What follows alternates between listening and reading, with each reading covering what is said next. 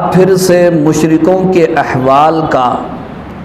اور اسی طرح ان کے ایک بیجا مطالبے کا بیان اور ذکر ہے۔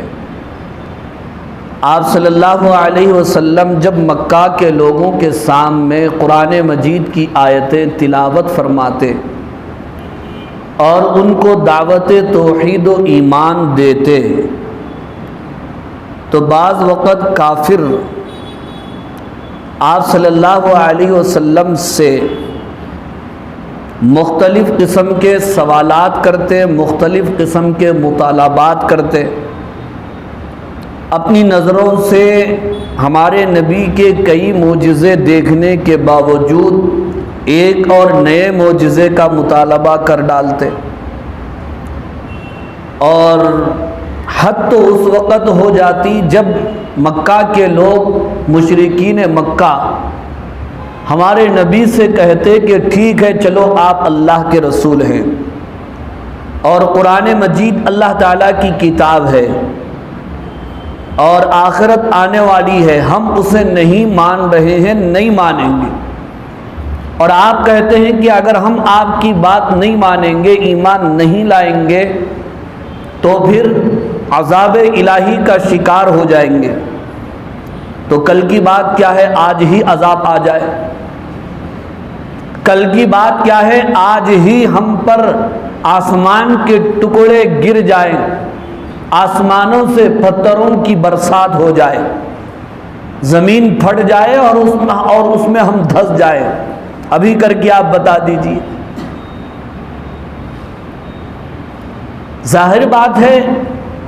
یہ تو سوال ان کی نادانی کا، ناسمجھی کا، بیوقوفی کا سوال ہے۔ کوئی چیز یقینی ہو لیکن فی الفور نہ ہو تو اس کا مطلب یہ نہیں ہے کہ وہ چیز غیر یقینی ہے۔ موت کو تو سبھی مانتے ہیں، لیکن کوئی بہت بڑا عقل مند کھڑا ہو کے یہ کہا کہ میں موت کو نہیں مانتا، اگر موت واقعی ہے تو اسی وقت آ جائے، تو ہو سکتا ہے کہ اسی وقت موت آ جائے، اس کا وقت مقرر ہے، اس کا ٹائم متعین ہے، لیکن اس کا یہ سوال اور چیلنج بیجا ہے، نادانی ہے اس کی۔ رب العالمین نے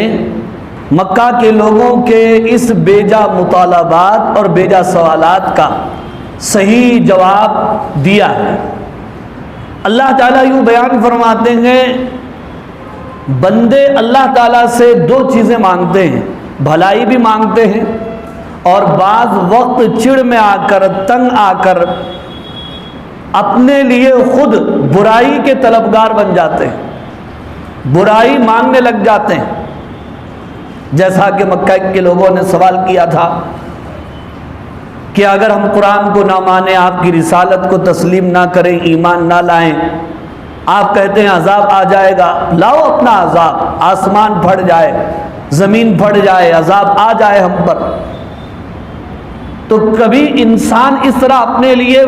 برائی طلب کر کے اپنے پیروں پر کلہاڑی مارتا ہے۔ اللہ تعالیٰ نے یہ بیان فرمایا کہ بندہ جب بھلائی طلب کرتا ہے اللہ تعالیٰ اس کو دیر درست دے دیتے، کبھی جلدی بھی دے دیتے،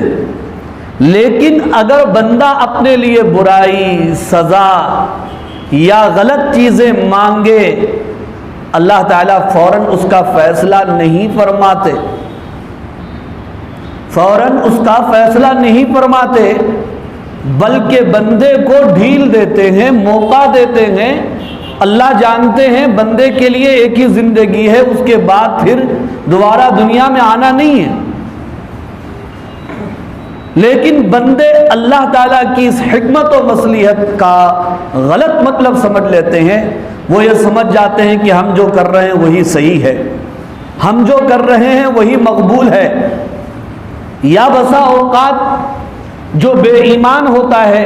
وہ اس غلط فہمی کا شکار ہو جاتا ہے کہ اللہ تعالیٰ نعوذ باللہ عذاب دینے پر قدرت نہیں رکھتے۔ اللہ تعالیٰ نے بیان فرمایا، بندو تم اس غلط فہمی سے باز آؤ، بات یہ ہے کہ میں تمہیں ڈھیل دیتا ہوں، موقع دیتا ہوں، لیکن یاد رکھنا جب پکڑتا ہوں ان بطش ربک لشدید، یاد رکھو تمہارے رب کی پکڑ بڑی سخت اور خطرناک ہوتی ہے۔ اس وقت اللہ کی پکڑ سے تم بھاگ نہیں سکتے، چھوٹ نہیں سکتے۔ اس وقت کفِ افسوس ملنے سے فائدہ کیا ہے؟ اللہ تعالیٰ نے اس بات کو، اس خلاصے کو آج کی آیتوں میں بیان فرمائے۔ دیکھیے اللہ تعالیٰ کا ارشاد، وَلَوْ يُعَجِّلُ اللَّهُ لِلنَّاسِ الشَّرَّ اسْتِعْجَالَهُمْ بِالْخَيْرِ، اگر اللہ تعالیٰ لوگوں کے لیے برائی کا فیصلہ جلدی کر دیتے، جیسا کہ لوگ بھلائی کے بارے میں جلدی کرتے ہیں، تو ویسے اللہ تعالیٰ جیسے ہی بندہ طلب کرے برائی اور چیلنج کرے نبی کو یا اللہ کو، تو اللہ فوراً فیصلہ کر دے عذاب کا، تو کیا ہوگا؟ فرمایا لَقُضِيَ إِلَيْهِمْ أَجَلُهُمْ، تو ان کی موت کا فیصلہ ہی ہو جاتا، ان کی زندگی کا فیصلہ ہو جاتا۔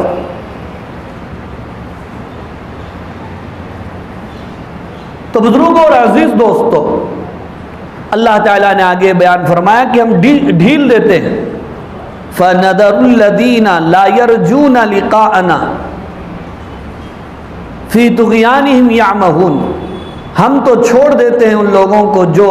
ہماری ملاقات کے امیدوار نہیں ہوتے ہیں، سرکشی میں سرگرداں، طغیان کہتے ہیں سرکشی کو، یعمہون کے معنی سرگرداں، جو نافرمان ہوتے ہیں، اللہ کی طرف سے استدراج، ڈھیل دی جاتی ہے۔ اب اس کی ایک حکمت و مصلحت تو کیا ہے؟ بندے کو توبہ کا موقع مل جائے، اور دوسری مصلحت یہ ہے کبھی کبھی اللہ تعالیٰ بعض ظالموں کو، جابروں کو، سخت نافرمانوں کو ڈھیل دے کر کے ان کے جرائم کو مضبوط کرتے ہیں، تاکہ کل ہو کر کسی مجرم کو کوئی شک و شبہ نہ ہو اپنی سزا کے بارے میں، اور دنیا والے بھی جان لیں اور مخلوق بھی جان لیں کہ یہ اللہ انصاف فرما رہے ہیں۔ اس کے بعد اللہ تعالیٰ نے اگلی آیتوں میں انسانوں